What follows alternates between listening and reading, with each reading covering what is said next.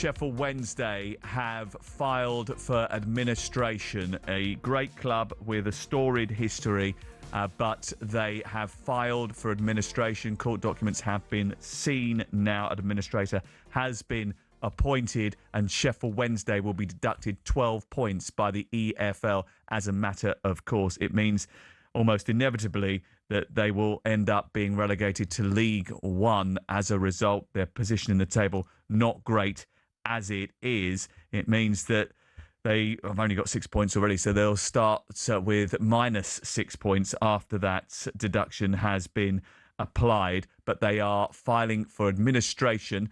And Crook, we've talked about the possibility of this happening. It now has happened. What are the next steps?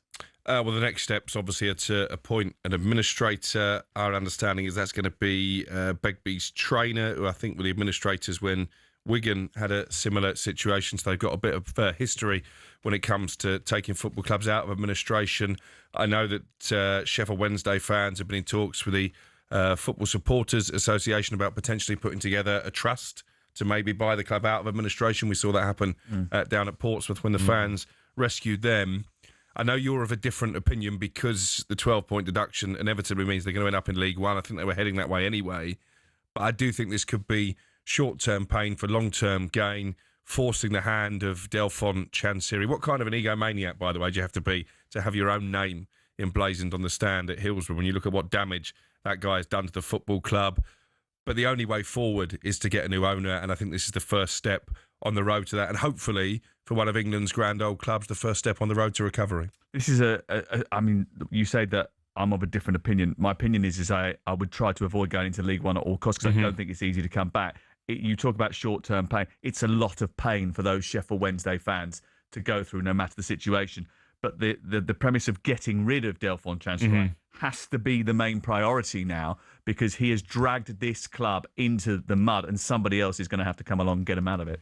Yeah, 100%. And, you know, it's a little bit of a light at the end of the tunnel, is it, that although they've gone into administration, this now forces the hand of it trying to be bought and takes away the powers as well, doesn't it, when you go to administration? So, unfortunately for Sheffield Wednesday fans, they're going to have to be patient and get through this, but at least there's a step now. There's one more step up the garden path where you know where you're going. The players and the manager have handled it fantastically, and hopefully the fans now can, you know, start to see some light at the end of the tunnel. A lot of good young players in that squad as well. I was there the night that they knocked Leeds out of the EFL Cup earlier in the season. They played quite a youthful team that night, and there was a couple of young players, especially in the centre-half position, that have done very, very well and established themselves. Have got the chance maybe to establish themselves going forward. The problem is, though, some now get picked off.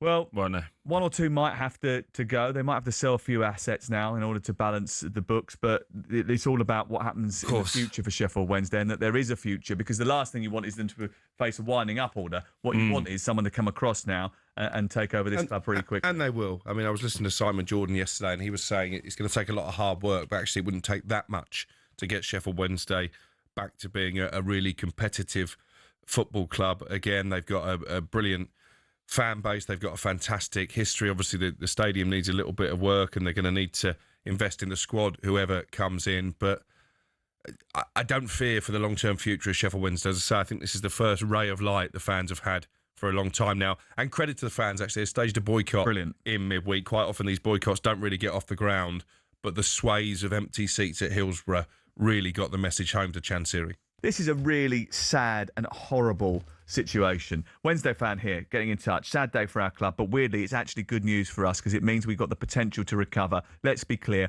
Chansiri has been poison for us. His spiteful behaviour in the last 2 or 3 years has not just been bad for the football club, the fans, and for the infrastructure of the club. He's damaged lives. And I think that cannot be underestimated because the club staff, some of the players and the knock-on effects of not getting paid, etc., but staff who have been there for years have been put through the mill because of his behaviour. This is one texter, Andy in Rotherham, saying it could have all been sorted a long time ago, but he chose to overvalue and snub excellent possible new owners. Let's hope that a takeover happens quickly and they've got time to build. Ben Mickelson says, administration, best news all year. Fans are the most powerful thing a football club has. Rough times ahead, but a positive step in the right direction.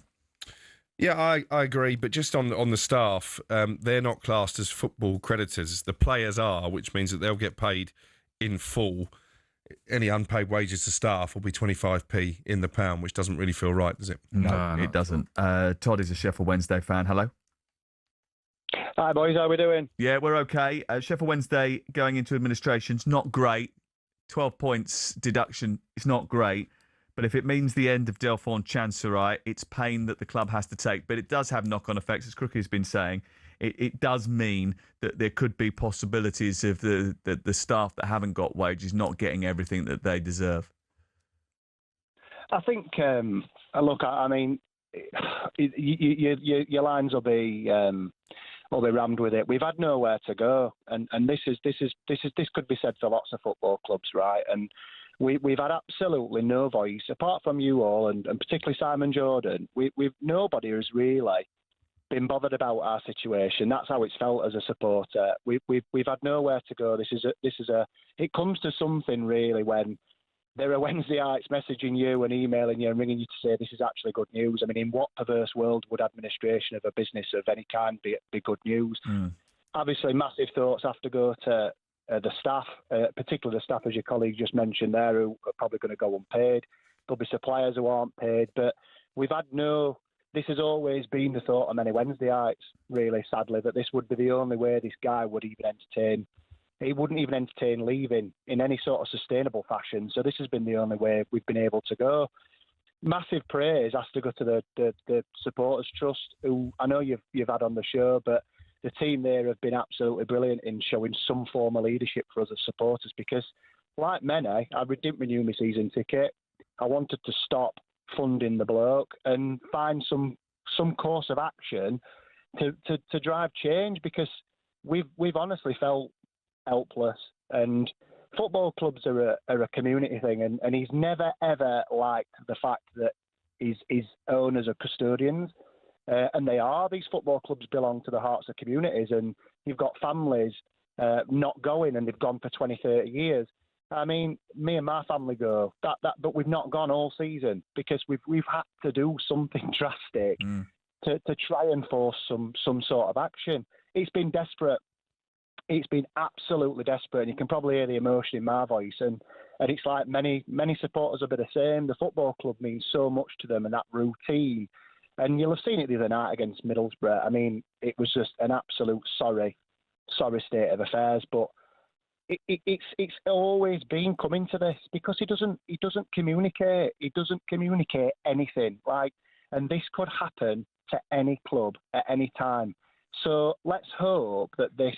I really, really hope that this is a watershed moment for football ownership and the governance. And we've got the new powers in place that hopefully are going to give greater regulation to the sport. But it's in some instances too little, too late. Yeah, well, but this is the issue, isn't it? The regulator has started its business. It's been up and running for a little while now. How has this been allowed to still happen? And was it? I mean, listen, they tell us that they made it an absolute priority as soon as they came in to be able to sort of deal with this situation. But it hasn't been able to stop the club from going into administration. It hasn't been able to stop Dejphhon Chansiri doing what the hell he likes. The club had already been placed under registration embargoes across 2 seasons and received a 6-point deduction during the 2020-21 campaign for breaching PSR guidelines. So this is not a new situation. Football has allowed this to happen. One of the reasons the regulator came in is to stop it from happening. Yeah. So where do we go next with that? Well, it depends what powers they have, because on the face of it... What powers does it have? He's up and running now. Well, Chansiri wasn't an unscrupulous owner when he came in. He passed that fit and proper person. So they only have the opportunity to analyse people when they're coming into a club. Agreed. And that's where it falls down for me, because I think at the start of his tenure, obviously his intentions were good. He was putting money into the football club. They've been promoted from League One back to the Championship, but it's very quickly unravelled. Now, my opinion is that as soon as a football club is late paying their wages once, you get a warning, maybe even a points deduction. You do it twice, I think that's when they should have powers to intervene and force the sale of the football club. Darryl is a Sheffield Wednesday fan. Hello. Hello. I've been a Wednesday supporter all my life, and I am shocked by what I've heard today. I don't think it's going to benefit Sheffield Wednesday in any way.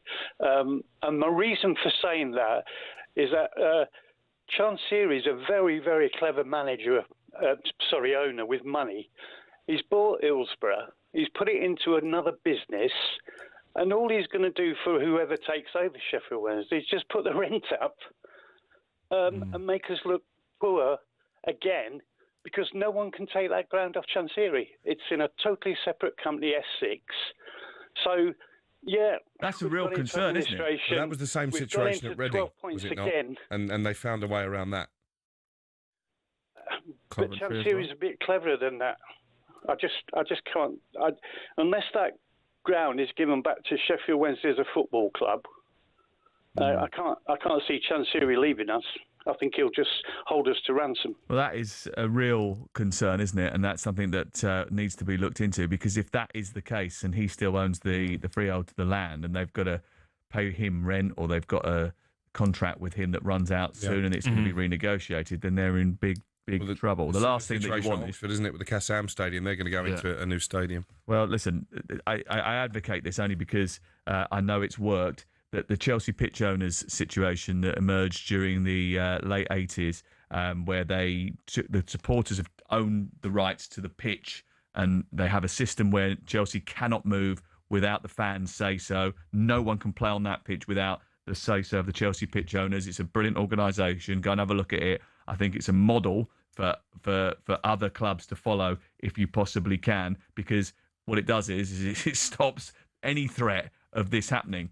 Because they own the actual piece of land, the pitch that Chelsea have to play on. Disgusting what's happened at Sheffield Wednesday. Feel for the whole club. The owner has ruined them. They're a massive club with great fans and a lovely stadium. We all know the pain they're going through. Hope the owner sells up quickly and it will get sorted. That's Ryan, a Pompey fan.